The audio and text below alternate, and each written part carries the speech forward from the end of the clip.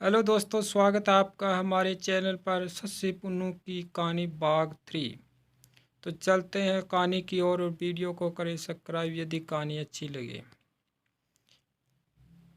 पर सस्सी ने पुन्नू से कहा, पुन्नू प्यारे, मेरे पिता कहते हैं कि वे धोबी के अतिरिक्त लड़की किसी और से नहीं ब्याहेंगे। सस्सी ने पुन्नू को उसके भाग्य से चेतावनी देनी चाहिए। यह तो शर्त सस्सी केवल धोबी होने की है। तेरा पुन्नू तेरे लिए भला क्या नहीं बन सकता। किंतु पुन्नू, तुम तो कोई राजकुमार से दिखते हो। कल से तुम मुझे धोबी के रूप में देखोगी। कल आया। सस्सी ने पिता से इशारों में छोटी छोटी बातें कह सुनाई। अपने चुनाव की बात कहते हुए सस्सी ने कहा, पुन्नू कहता था असल में तो वह धोबी ही है। ठीक है, तो कपड़े धोकर वह मुझे परीक्षा दे दे। दूसरी सुबह कमर में अंगोछा, गले में कुर्ता, सिर में बिलोची, बाल मुंडे हुए, नए सिलवाए कपड़े पहनकर पुन्नू परीक्षा देने चल पड़ा। महमूद ने मेले कपड़ों की गठड़ी उसके सामने खोल दी। पुत्री को कहा कि आवश्यकता अनुसार मसाला देती रहे। वह अपने काम में लग गया। कपड़े पर कपड़े पुन्नू पछाड़ता रहा, किंतु अपनी आंखें वह सस्सी के चेहरे से उठा न पाया। बहुत ही प्यारा रसीला रस मानो वह ग्रहण कर रहा था। बिना बोले ही आंखें संभवतः आंखों से बातें कर रही थी। बेध्यानी में कई कपड़े फट गए। तह करते समय सस्सी जुगियों को देखकर सोच में डूब गई। पुन्नू भी बहुत लजाया। अंततः सस्सी को एक बात सूझ गई। क्या कुछ मोहरें लुटा सकने में सक्षम हो सकते हो प्यारे पुन्नू? कुछ क्या, जितनी भी कहो। कमी मोहरों की नहीं, केवल तुम्हारी है। सस्सी ने तरकीब सुझाई कि हर फटे हुए कपड़े पर वह एक एक मोहर रख दे। पुन्नू ने जरा भी ढील न की। सस्सी का पिता सुंदर तह के कपड़े दे आया। किसी एक ने भी उपालंब न दिया, वरन सभी पहले से भी ज्यादा प्रसन्न दिखे। पिता ने प्रसन्न होकर सस्सी को कह दिया, तेरा चुनाव मुझे स्वीकार है। तेरा पुन्नू तो सचमुच बड़ा पक्का धोबी सिद्ध हुआ। सस्सी व पुन्नू का विवाह हो गया। राजा व रानी ने सौगातें भिजवाई। सारे धोबियों ने जश्न मनाया। धोबी युवकों ने भी खुशियां मनाई कि सस्सी को ब्याहने वाला उसे उनसे दूर दूर ले नहीं जाएगा, वरन उसके नगर का धोबी बनकर उनकी धोबी बस्ती की रौनक बढ़ाएगा।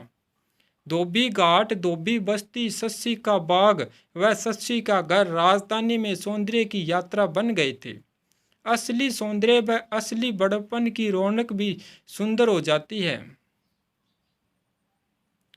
पुन्नू सारा दिन महमूद के साथ कपड़े धोता, सस्सी कपड़े तह करती। स्वच्छ स्वच्छंद कार्य के सुहागे ने सौंदर्य का सोना और भी चमका दिया। सौंदर्य की धूम तो मची ही थी। सफल व रसिक जीवन के स्वर्ग की धूम भी मच गई।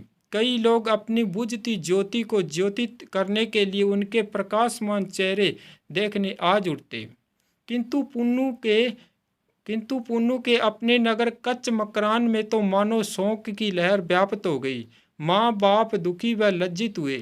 भाइयों को तो शायद पुन्नू का वियोग लेस मात्र को भी नहीं था। वह उनसे अलग थलग था। कार्यकलापों में उनका साथी जो नहीं था।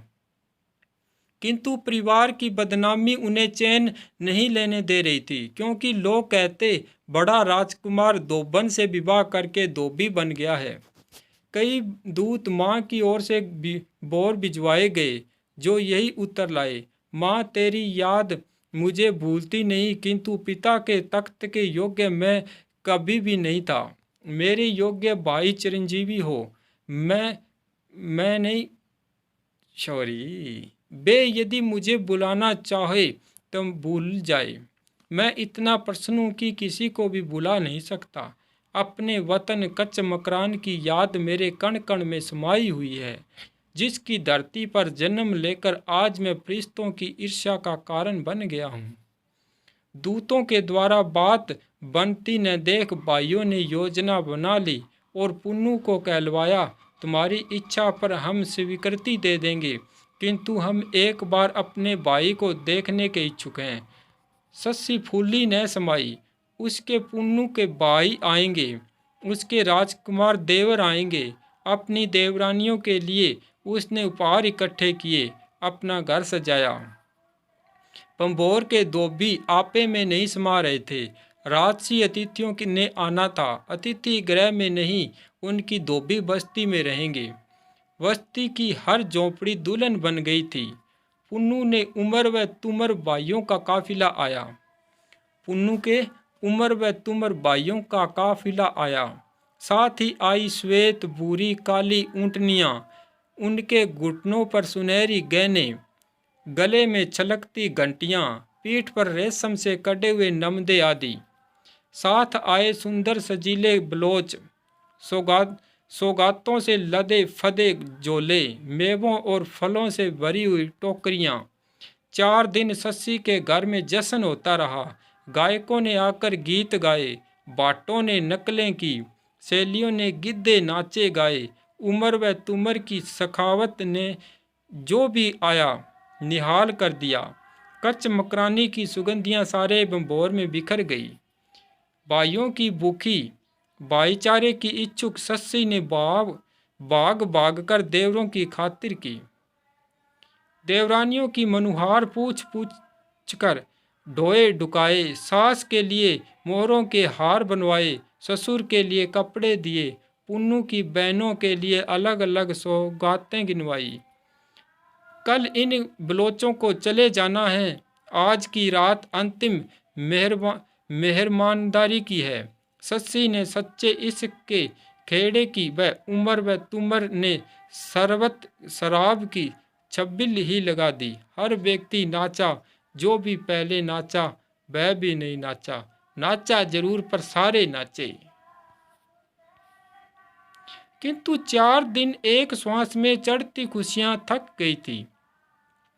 या आज के शरबतों शराबों में कोई अलग प्रकार की वस्तु थी। आधी रात के बाद महफिल कुछ बिखर सी गई। कोई इधर कोई उधर लेटने के लिए कोना ढूंढता फिरे। घड़ी ने जब 2 बजाए, बलोच अतिथियों के अतिरिक्त सभी सोए पड़े थे। तुरंत ही ऊँटनियाँ तैयार की गई, सामान लादा गया। एक पर उमर ने बेहोश पुन्नू को धर लिया, पीछे से तुमर ने बैठकर उसे थाम लिया। दिन चढ़े पर 1-2 की आंख खुली, लगा मानो कोई सपना था। सस्सी ने आंख मलकर झांका, न उमर न तुमर और न ही उसका कोई और न ही उसका पुन्नू। यहाँ भी नहीं, वहाँ भी नहीं, बाहर भी नहीं, अंदर भी नहीं। हाय री माँ, मैं लुट गई। मिलने नहीं आए थे, उन्हें उठाने आए थे। माँ ने उसे गले लगाया, समझाया। सहेलियों ने विश्वास दिलाया, पिता ने भी देरे बंधाया। पुन्नू को होश आएगा तो वह पल रुकने का नहीं। जो तेरे लिए धोबी बन सकता है वह कभी भी घर नहीं रह पाएगा। नहीं माँ मेरी, नहीं माँ मेरी, वह बस पड़ गया है जालिम बलोचों के, जो रेगिस्तान पार करके मेरे पास से उसे उठा ले गए हैं। उसका वे पल मात्र को भी विश्वास नहीं करेंगे। पुन्नू धोबी उनकी छाती में कसक रहा था। उसे मार डालने में भी वे हिचकेंगे नहीं। फिर भी धीरज रख मेरी अच्छी बिटिया, भाग्य स्वयं ही करवट लेगा। जो ने माँ मेरे आड़ों में बसा हुआ है, उसे भला धैर्य कहाँ है। जो पुन्नू मुझे मिला है माँ, उसके बिना जीवन व्यर्थ है। मैं जाती हूँ रेगिस्तान, मुझसे